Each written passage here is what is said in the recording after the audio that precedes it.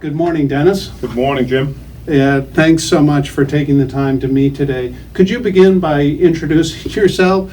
Who are you and what do you do? Well, that's a very wide open question, but let's start with the professional idea. I am a former middle school teacher. I started teaching math, and I became a computer teacher. Then I became a technology director in a neighboring school district, S86, the Bonnie Eagle School District, and then I finished my career here in the Gorham School District as a technology director. That's 40 years in education, and in less than about 2 weeks, I will be a retired person, just like you. Dennis, I've got to say, you mentioned before we started that you're wearing a tie today. Yep. What about the tie? This is so as an old school guy and as somebody who went back at started in I started teaching in 1981. I always wore a tie. Always wore a tie. Always wore a tie. Even in the days when ties didn't become such a big deal in middle school education, I still wore a tie all the time. This today is the last day I'll have to wear a tie because I'm gone next week, and when I come back, there'll be no students and no teachers here, and I revert back to the open collar shirt or the golf shirt or whatever. Summer wear, so to speak. Maybe even some shorts, but with these legs, you don't know what I'm doing, so I don't know. Well, congratulations Thank you. On the career, and thanks for all you've done. In talking about the MLTI, you mentioned that career, math instructor, then a computer teacher. As the MLTI runs up, 1998, 99, Guilford, Crystal Priest is leading some innovative work with one-to-one. ACTEM is certainly fostering communication across districts. The Maine Center for Educational Services is doing some things. Before, as a computer teacher, do you remember what year you started as a computer teacher, and what kinds of things did you do? So, 1986, I was hired at Bonnie Eagle Junior High, Bonnie Eagle Junior High as the computer teacher. And there was a lab full of mishmash of things. I'll go way back. We had, eventually we had some Commodore 64s, and we did some real basic programming stuff to try to get, my thing was to give them the concept of programming and how the thought process worked. Yep. To try to get them in that realm. So we could do some little basic stuff with that. We did a little bit of, because I was directed to do so, we did a little bit of, it was the big thing at the time to do typing. Essentially, it wasn't typing; it was keyboarding. But we did a little bit of that, and then we did a variety of other things that happened to work. We experimented. There wasn't a lot of educational stuff out there at the time. We're talking about floppy disks. Remember floppy disks, Jim? Yeah, yes, I do. A lot of people mentioned this may not remember floppy disks, Jim. So we were doing a lot of different things as time progressed through that process. And then we got our first networked lab, which was a bunch of Mac SEs, which was networked with AppleTalk. Yeah. You remember those days? RJ11s. Yeah, and you had to balance you had to balance it just so the network would stay stable all the time, and we got it to print in places where it shouldn't have worked, and we did all kinds of wonderful things, and we started that work, and again, that was probably, when we had done some word processing before with the other machines, but we started there and started looking at editing and started talking about those kind of things, and it was quite the trip there. After that, we got a new expansion to the middle school, and we got, I think the first computers in the new computer labs, the 4 computer labs at Bonnie Eagle Junior High at the time, 4, were the beige, maybe LC 475s, I'm not really positive. The next one were the eggs, which were some of my favorite computers of all time, the iMac, the original iMac, the colorful iMacs. So, and we went through a lot of stuff there, and we just continued to work forward. And as the technology got better, as the networking got better, as things got better, we started to see that. And then, of course, there's this thing called, you might have heard of it. It's called the internet. and the World Wide Web occurred, and all of a sudden we were using that, going, wow, this is something. I do have to tell you a quick story about that. But I remember before that occurred, before the internet really hit our world, before the World Wide Web really was a thing, Yep. before DNS, Yep. before those kind of things, I was sent to a course in the middle of summer and went to the University of Southern Maine in Portland and went into a basement, and we did this little thing where we sat there and we had some instructions, and this is how you go from place to place. And the internet framework, the hardware existed, but you really didn't have the DNS lookup, and you didn't have search engines, you didn't have those kind of things. So you had to have some direction on how to find things. And we went through this, and we had command line prompts, and we had all kinds of things like that to surf, and I use that term really loosely in this case. As we're going through this, we go the week. Friday afternoon, we get out at noon. I'm standing outside talking to the other middle school teacher that I was with, and we're standing outside at USM Portland, beautiful day. And I vividly remember him saying, "What do you think?" I said, "Well, I don't know. I'm really not sure."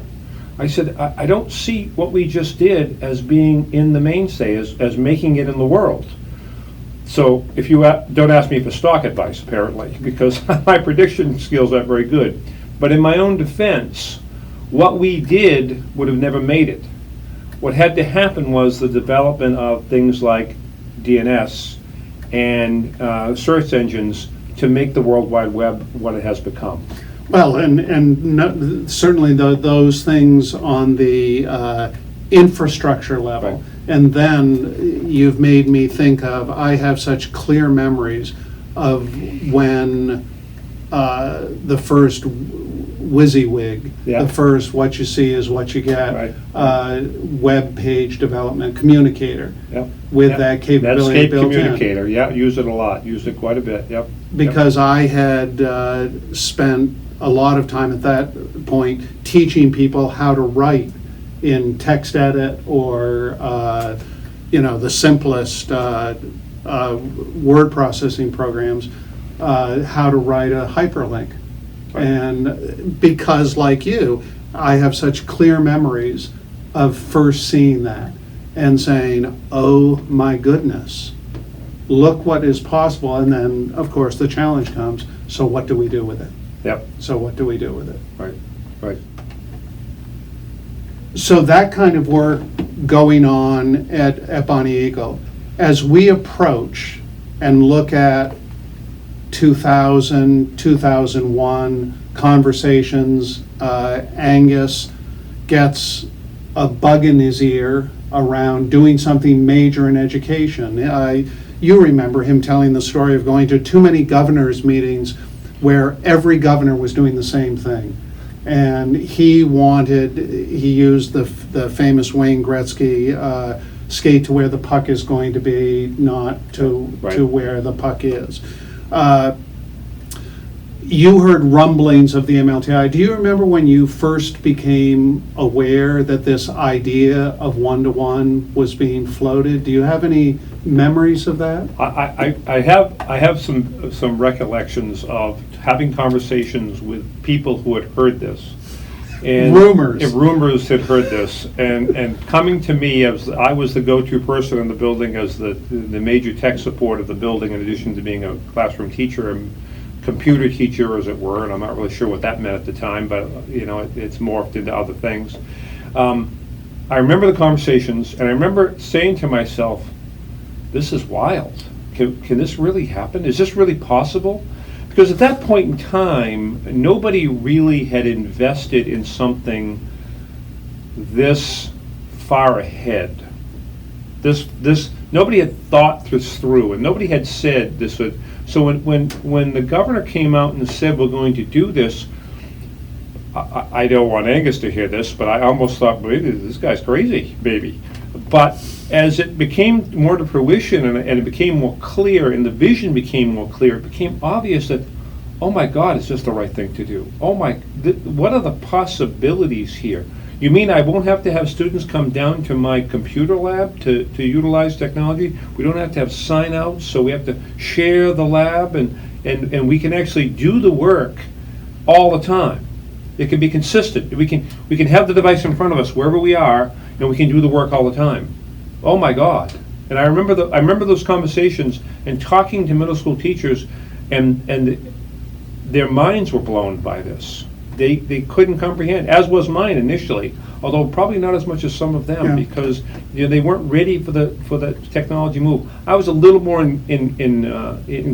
part of it. I was a little more part of the technology initiative, and I was teaching in the computer Yeah. lab and teaching with desktop machines, so it was a little easier for me to see this happening, and it was a little bit more likely. And of course, don't forget too, at that very moment, Wi-Fi was a new term. Wi-Fi was a brand new term. I had spent all my time plugging in these desktop computers and going into the closet and taking care of that and balancing the load and doing all the things that had to be done at the time. Sure, the And way it worked. The way it worked. That's the way it was. Is how you got it done. And going to classrooms, they get run wires to the classroom, and making sure those jacks all worked, and making sure the cords weren't in somebody's way, and kids weren't going to trip over them, and all the other stuff that goes with that.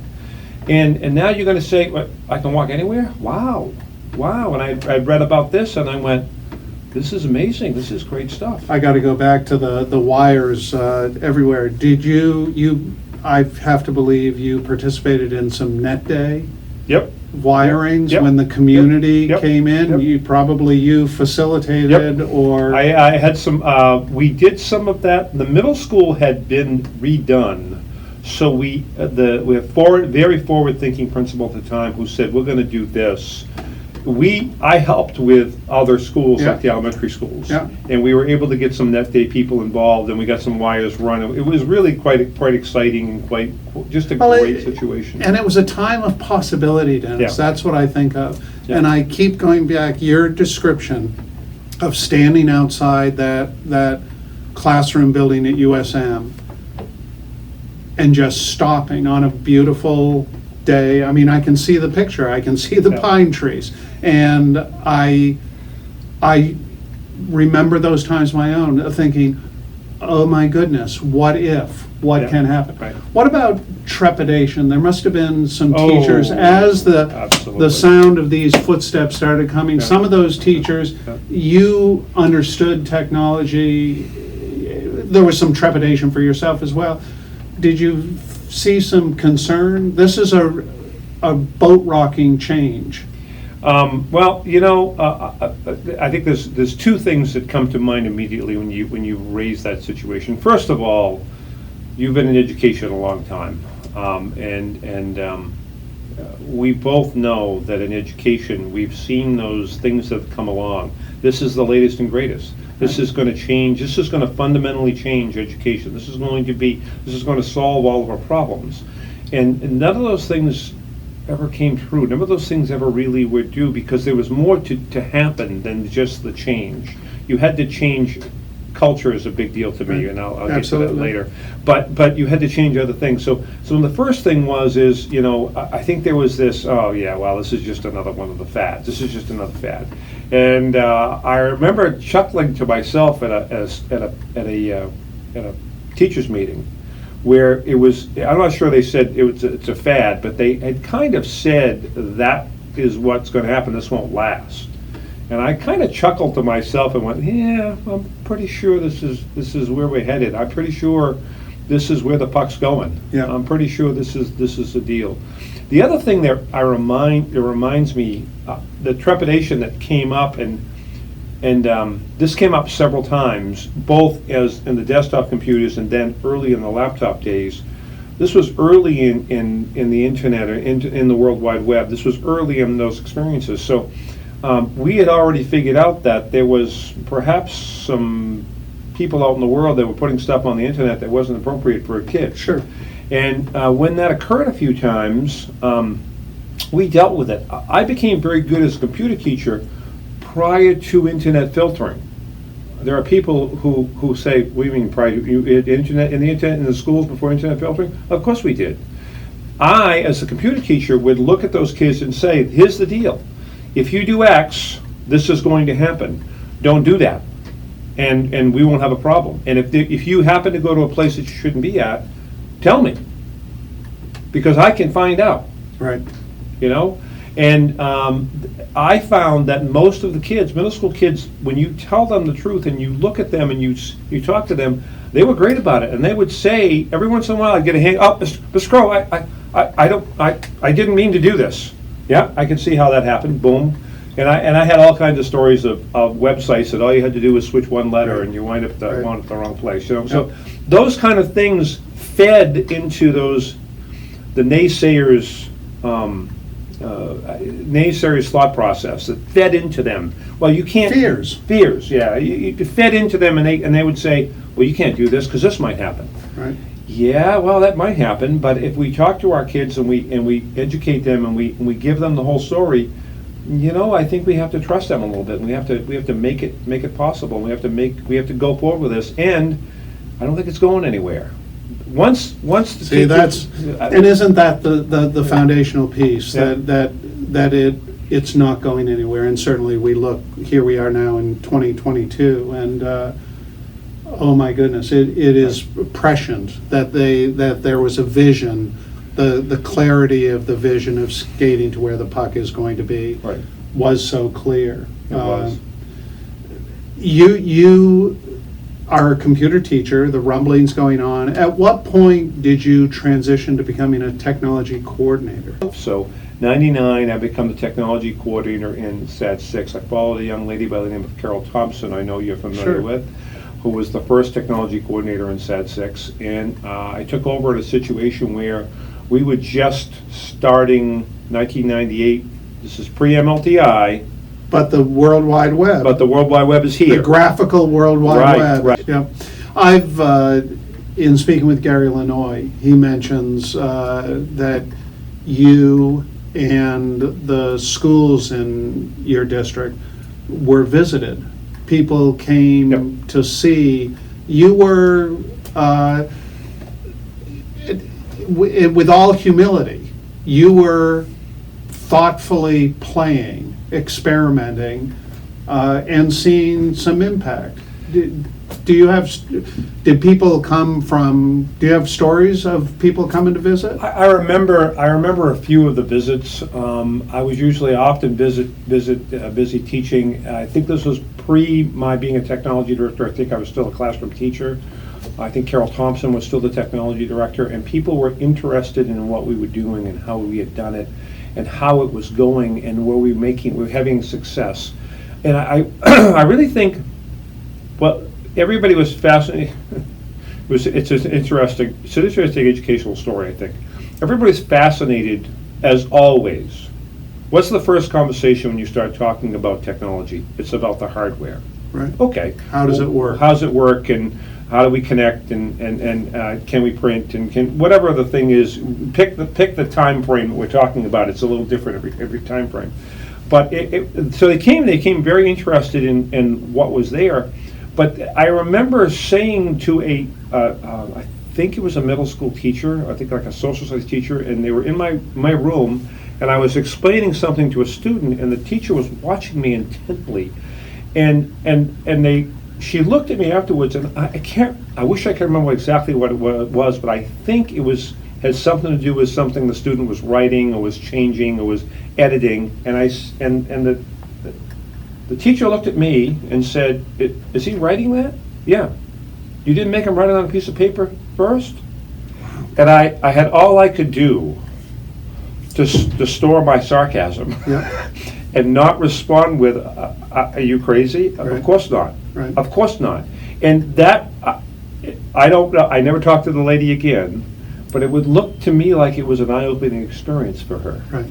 Because it changed how she thought about it. It truly was the paradigm, the shift. Yeah. And that concern, just like the keyboarding, wow. For you as an instructor, and again, all humility aside, because as the MLTI came about, Maine has been heavily visited. There's their global awareness of what was going on in Maine. How did it impact you to be aware that people were coming that there was interest, professional interest, It was and to the kids. and to the kids. So they see it the way it is, and they didn't fully appreciate what was impacting, but the people who were coming fully appreciated that. I will tell you, I was fortunate in my career to go to ISTE, the National Educational Technology Conference that happens every June. And I vividly remember being at several over the course of time, and you can Sure. pick every course, every little section of time, it's a little different story. But the second you would say, there's a roundtable discussion about whatever the topic was, the second you would say from Maine, it was like that, what was that commercial? E.F. Hutton. E.F. Hutton, right? Remember the E.F. Hutton? Every My time. dad works for you. Exactly. Every time you would say you were from Maine, everybody stopped and turned and looked right at you. And I went, oh, wow, okay, I guess I have everybody's attention. Because they wanted to hear Right. how it was going, what was the real story, was it really true, what was going on? And if you look at over the course of time, it changed every couple of years. And I go back to one of the conversations I had, I don't know how long ago it was, I'm gonna say it was 8 or 9 years ago, when I was sitting in a very similar situation, and I said, well, we don't pay for our internet connection. What? The schools don't pay for our internet connection. We have this Maine consortium thing, and MSLN and Network Maine, and they've been fantastic partners, and it's been unbelievable. And we don't pay for it. What do you mean you don't pay for it? And I honestly believe in this case I wasn't E.F. Hutton anymore. In this case I was. I think there was somebody in the group who wanted to call me a liar. Right. It's not possible that that's the case. So when you think about the how things have occurred, and when you look back, here we are in little old Maine, with people paying attention to us going, wow, you've really accomplished something here. And you've made me think about Angus's initial, and I don't know if you remember, when Angus would travel and do visits and demonstrate the possibilities of the World Wide Kim Young. Web. And Kim had built a relatively simple web page that supported learning about the Battle of Gettysburg. Right. And- I remember that. I remember that page. And there was this hunger, what does it look like?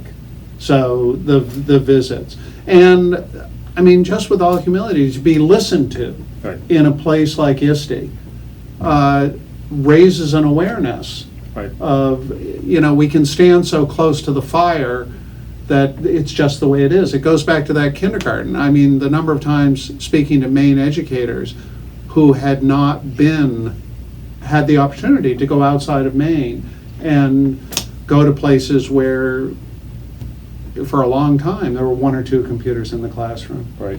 So by the time the MLTI is coming about, you're a technology coordinator. I am.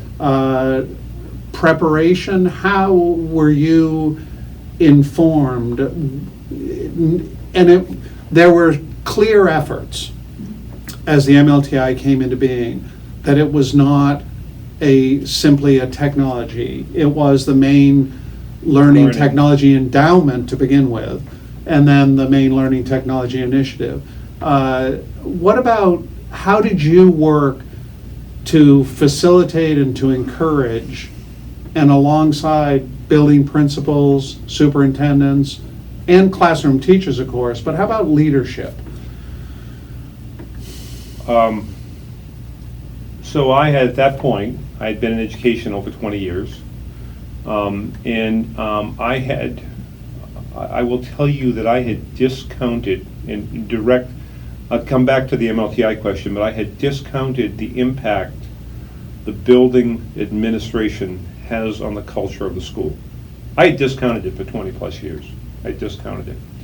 If MLTI taught us anything, working with that building administration and getting them on board and getting them going forward was key to the success of MLTI through the entire process. And early on, the naysayer administrators, you could see the difference from school to school. You could see the difference. I remember going to York, and they were one of the exploration schools. Sure. I remember going to York the next year and listening to what the teachers had to say and listening to the principal and going, this guy is amazing. I wish I could remember his name. I don't remember his name, but he was amazing. He got it, and because he got it, he was able to move his teachers. Are you going to move everybody? Of course you're not. You're never going to move anybody in a large group of people. But he had moved so many people over the hump that their culture had shifted.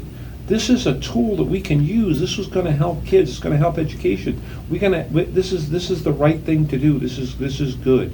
So when I think about when anybody asks me about administration and MLTI, I always say it's just a show of how building administration can change the culture, plus and minus, of a school. And I had never discounted that. As far as the start of MLTI, we had some cleanup to do. One of the, I remember removing some network wires. Remember coaxial cables Sure. early on in the network world? We removed those to hook up for MLTI, to hook up the first, what was the first base station? Was it white? Was it The little airport, the first ones were gray. The Right, very it was earliest gray. ones were They were gray. Right, first one were gray, that's right.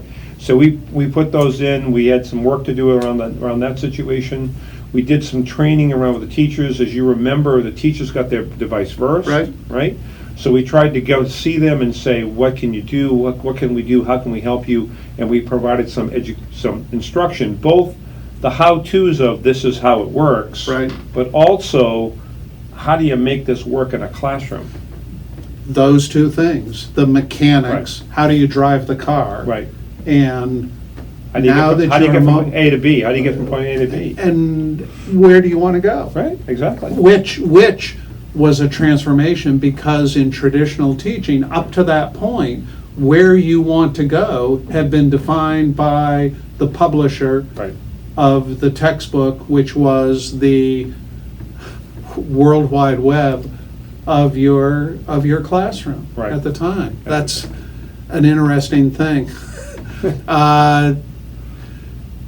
The MLTI comes along with ACTEM.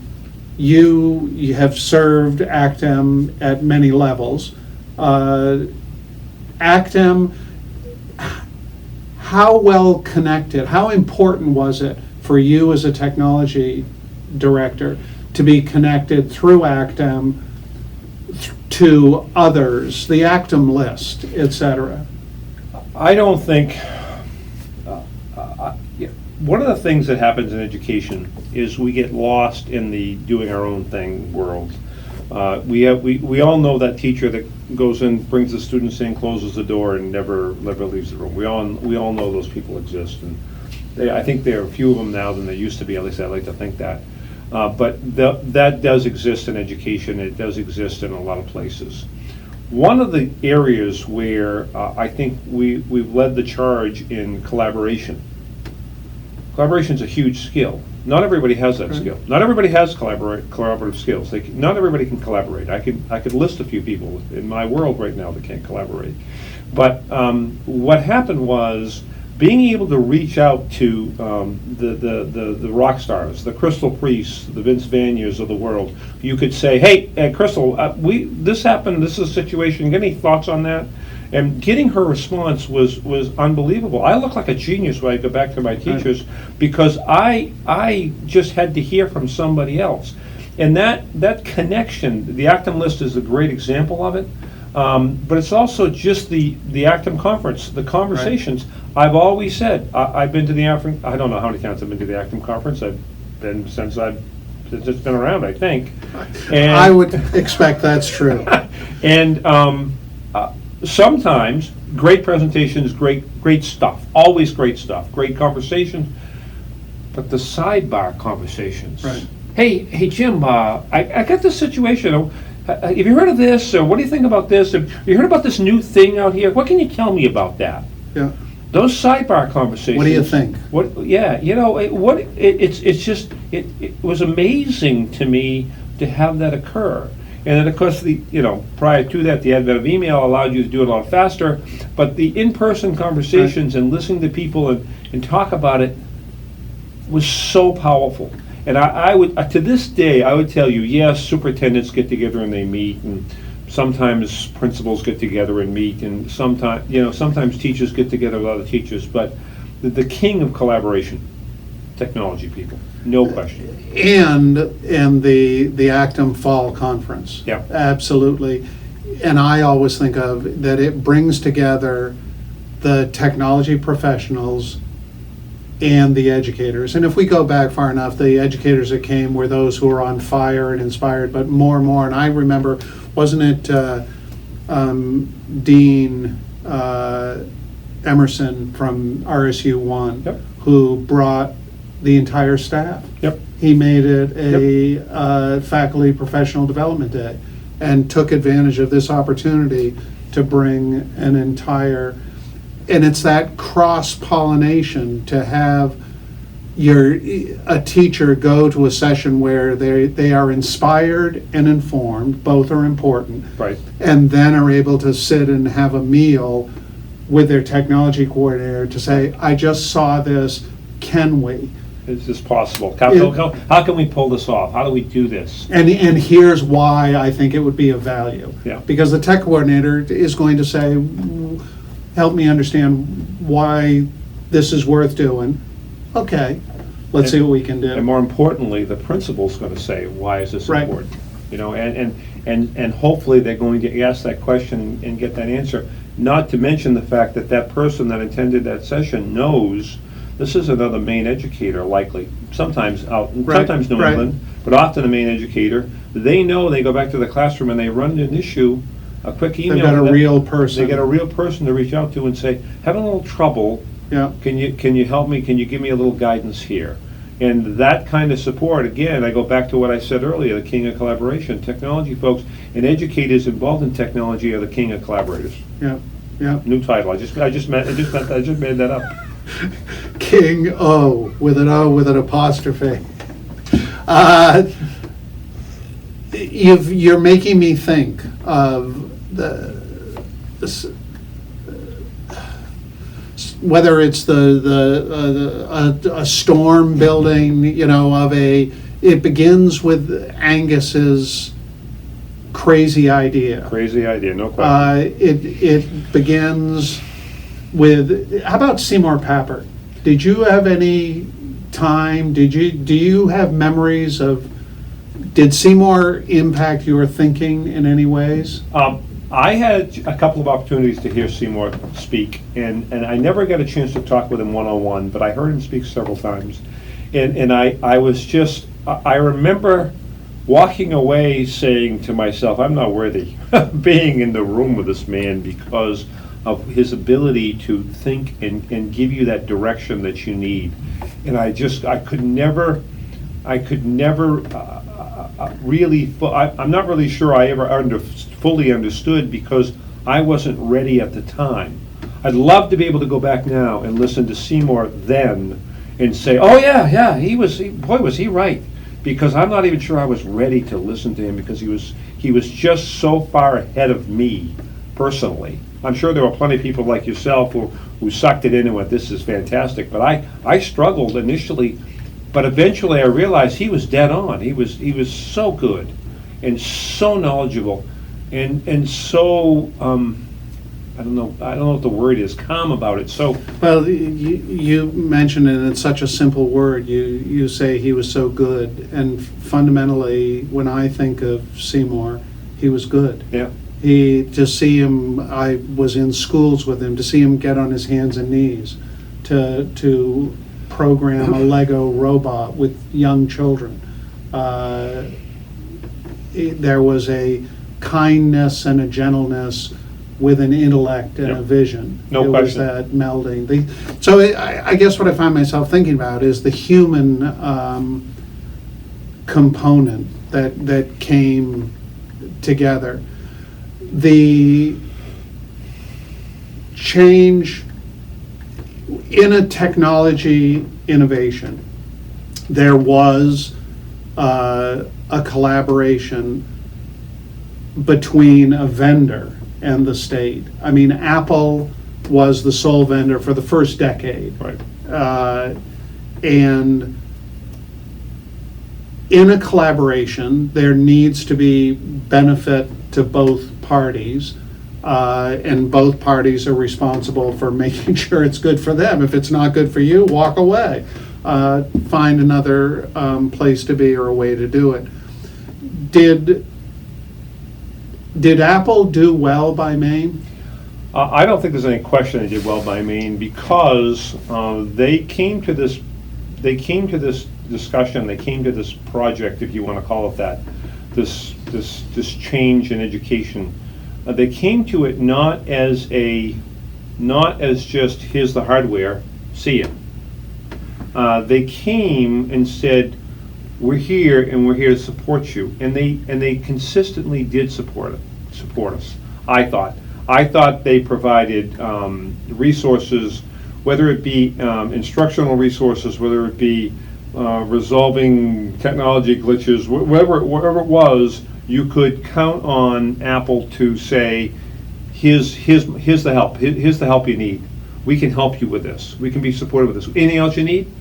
Because we can give you that information. And it wasn't just about, I use the technology glitch thing, but it wasn't just about that. It was about the heart of the project. And it was important to always remember, the heart of the project wasn't about the technology, it was about the learning, it was about the education, it was about the use of the tool. The That's what it was impact about. on the kids. The impact on students. Well, and that Angus's vision to bring it into Maine schools and provide this opportunity to Maine, and Apple's vision Right. to say this is the way it's going, and they had an opportunity to throw resources to prove that Right. it could be done, that it would work. The MLTI, is there one teacher or a project or a implementation through MLTI that you think of, a use of the devices that was transformational, that you, as a former technology teacher, then a technology coordinator, looked at it and said, this is an example of what's possible. Bravo. Yeah. I'm currently watching, the use of video is just amazing, and it has become amazing, and that's probably more in later times, for sure. Well, in later times, but never forget, 2002, Steve Jobs on the stage sharing it with Angus King, one of the few times he shared the stage with anybody, saying that video was the medium. 2002. Yep. And he said, and we've made devices that make it pretty darn easy to make it, but you're right, it's so much different now. It's so much cleaner now. I think the video production, and it's become so good and so clean. We have an exceptional educator, fortunately, at my high school, who is just leading the charge in the video production, and the students who are now, and I think more recently of the students who, how did you apply for college? You wrote an essay, right? Yeah. On a piece of paper. Yes. Right? And you put it in an envelope and you Yes. mailed it. You bet. Right. In your case, the Pony Express took care of it for you. So these students are doing their video. They're doing a video and sending that in. That's their application to get into college. And I've seen a few of them, and they're exceptional. They're beyond exceptional. You look at this, and the quality is amazing. That's not to say that the quality wasn't good in the early 2000s. It was exceptional for that time. Correct, for that time. And that's how it started. That's how it all became that way. So that's certainly one way that's one specific thing. And if you could follow that backwards, Yep. then it was that work going on today, but before with less capable Right. devices and machines, we work towards it. So you've in this conversation, you've said a couple of times that things change over times. There are units there are evolutionary times, which I want to close by saying, if we look beyond the MLTI, now MLTI version 2.0 continues. I mean, one-to-one is now given. The pandemic certainly proved the value, the necessity. It's the way the world works today. But education will not stay static. Technology will not stay static. There will be other innovations that come along. What would you say to educators of the future when a technology innovation that is as, I'm not, like you say, stand outside that building, I don't really see how that's going to work. Something's going to come along. What would you say, how should people, how would you hope people would respond? Well, I think, I hope our mind is a little more open to the possibilities going forward than it has been in the past. I want to go back to your comment about the pandemic and remind people that the reason Maine was so well positioned to survive the pandemic from an educational standpoint, better than many parts of the many parts of the country, Sure. was because of our one-to-one initiatives, all starting with MLTI. So MLTI has become the core of the wheel, if you will. Yeah. It's the core of how it started, and then it branched out to the high school initially, and now it's branched out to the elementary schools. And we were already 3/4 of the way there in my school system to be one-to-one K-12. We were able to make that move easily, and we were ready for it. We were ready for it. In a technical The way. The technology was there, ready to use. The Ready to- roads had been built. The roads had been built, and all we had to do was add a few devices here, and then support perhaps some of our elementary parents weren't quite ready, and Sure. our elementary teachers hadn't quite got to the point where the devices were going home. So we had to make some adjustments there. But that was so much easier than starting from zero, Right. because we weren't starting from zero. We were not. We were there. We were there. We were already there. So if you look back at that situation, you say, the world threw us a curve, and we took the curve and hit it out of the park, in my opinion. Yeah. And we did quite well with it. And I remember thinking through the whole process and saying, where would we have been had this not happened? Where would we be right now had MLTI not happened? If Angus not had this crazy idea, where would we be right now? And I'm not sure, we'd be here, we wouldn't be here, we'd be a little bit behind. Right. Quite a bit, maybe quite a bit behind where we are right now. Because we would have caught up eventually, but we were so far ahead of the curve, we didn't even know we were ahead of the curve at the time. And if you think about that, and you think about the change that had occurred and the effect that it's had, you hope that future innovations that come along, we have enough folks that can say, hey, remember this thing? We can actually, let's take a look at this. Now, it may not stick to the wall. Let me throw it against the wall and it may fall off. Okay, fine. But let's give it a shot, because this could have that impact that this had before. Because remember this, don't forget this. Don't forget how big an impact this had. And again, we all looked at Angus and went, well, you're crazy, but okay, let's give it a shot. And we did, and look what's happened. Let's take a look at it. Let's give it a shot. Yeah. With purpose always in mind. Always with purpose, and always with the mindset of, it's not about the thing, it's not about the new program, the new curriculum, the new book, the new whizzy thing, the new widget, whatever. It's not about that. It's about the young person sitting there. That's what it's about. And is it going to help them? Is it going to make them better? Are they going to learn a little bit more? Is it going to have an impact on their life? Then we ought to give it a shot. Yeah. See what happens, and go forward. Well, Dennis, thank you so much. Jim, always a pleasure. It has been a pleasure, and you look good in that tie. Enjoy taking it off Great later Falls on Elementary today. School, we just had our fire alarm. That's a great finish.